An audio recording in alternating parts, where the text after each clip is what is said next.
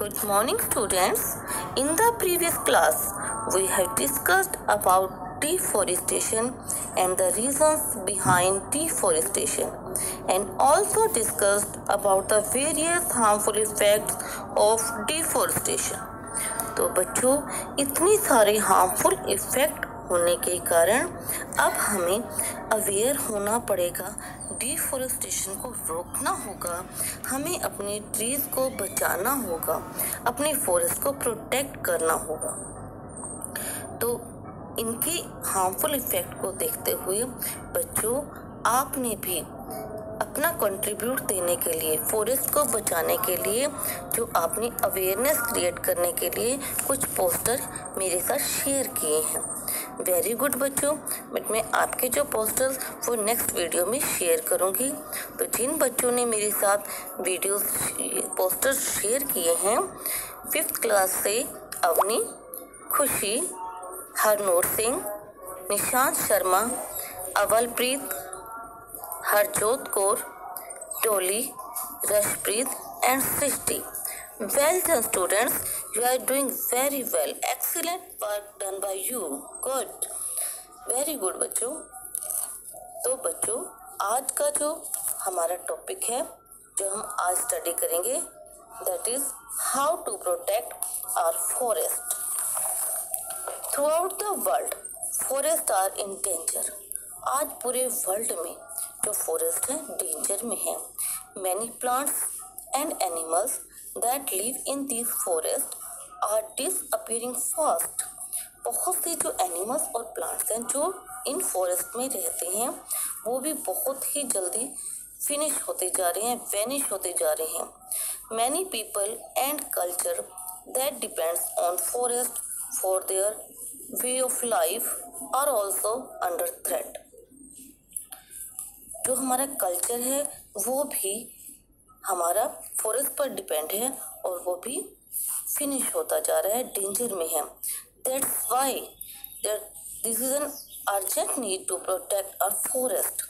तो हमारी गवर्नमेंट क्या कर रही है? हमारी गवर्नमेंट लॉज पास कर रही है। तो हमारी इंडियन पार्लियामेंट ने 1980 में एक लॉ पास किया। अकॉर्डिंग टू दिस लॉ, कोई भी पर्सन, कोई भी व्यक्ति अगर अननेसेसरली इन फॉरेस्ट को, इन ट्रीज को कट करेगा तो this is a punishable offence, उसे पनिश किया जाएगा। सो स्टूडेंट्स, हमारी गवर्नमेंट ने क्या किया है? हमारी गवर्नमेंट ने कई ऐसे एरिया हैं हमारे देश में जिन्हें गवर्नमेंट ने अपने कंट्रोल में कर लिया है और उसे नेशनल पार्क और वर्ल्ड लाइफ सेंचुरी में कन्वर्ट कर दिया है। तो बच्चों, क्वेश्चन आता है कि नेशनल पार्क क्या होते हैं और वर्ल्ड सेंचुरीज क्या होती है? A national park is a reserved land usually declared and owned by the national government. It is protected from most human development and pollution. A sanctuary is also a reserved area in which birds and animals are protected from hunting.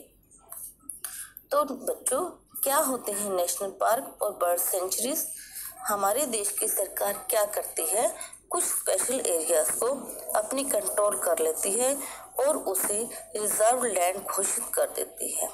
वहाँ सिर्फ forest और animals को protect किया जाता है, जिसे national park कहते हैं।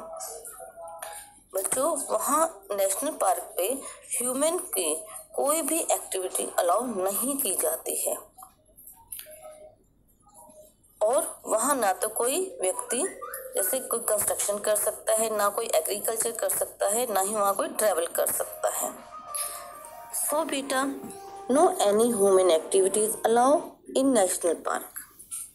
और हमारे इंडिया में बहुत से नेशनल पार्क हैं, जैसे गिर national park, Dudhwa national park, Corbett national park. Next जो हमारे पास टॉपिक है, वो जो एरिया आता है, दैट इज वर्ल्ड सेंचुरी। तो वर्ल्ड सेंचुरी और नेशनल पार्क में क्या फ़र्क है? वर्ल्ड सेंचुरी क्या होती है? बर्ड सेंचुरी भी एक ऐसा ही रिजर्व लैंड होता है जो गवर्नमेंट इसको अपने अंडर कंट्रोल करती है और वहाँ पर बर्ड्स को और एनिमल्स को प्रोटेक्शन दी जाती है।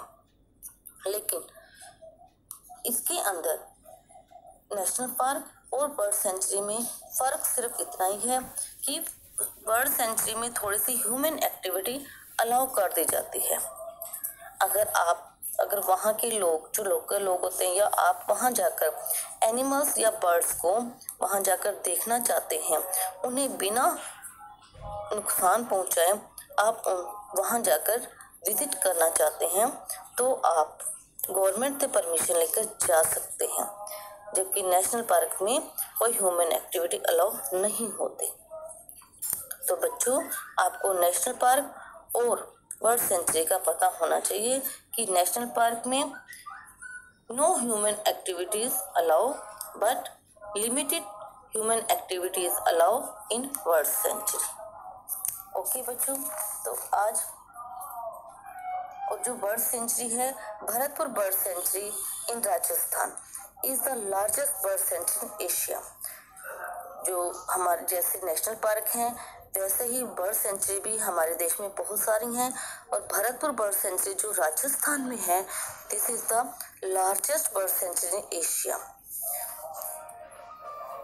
तो बच्चों, नेशनल पार्क और बर्ड सेंचुरी में हमारे जो एनिमल्स और बर्ड्स हैं और फॉरेस्ट हैं वो प्रोटेक्ट किए जाते हैं।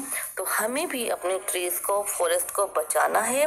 ओके, अपना कंट्रीब्यूट देना है, हमें प्लांट्स को कट नहीं करना है, हमें सैपलिंग्स लगानी है, उनकी केयर करनी है। Okay, thank you.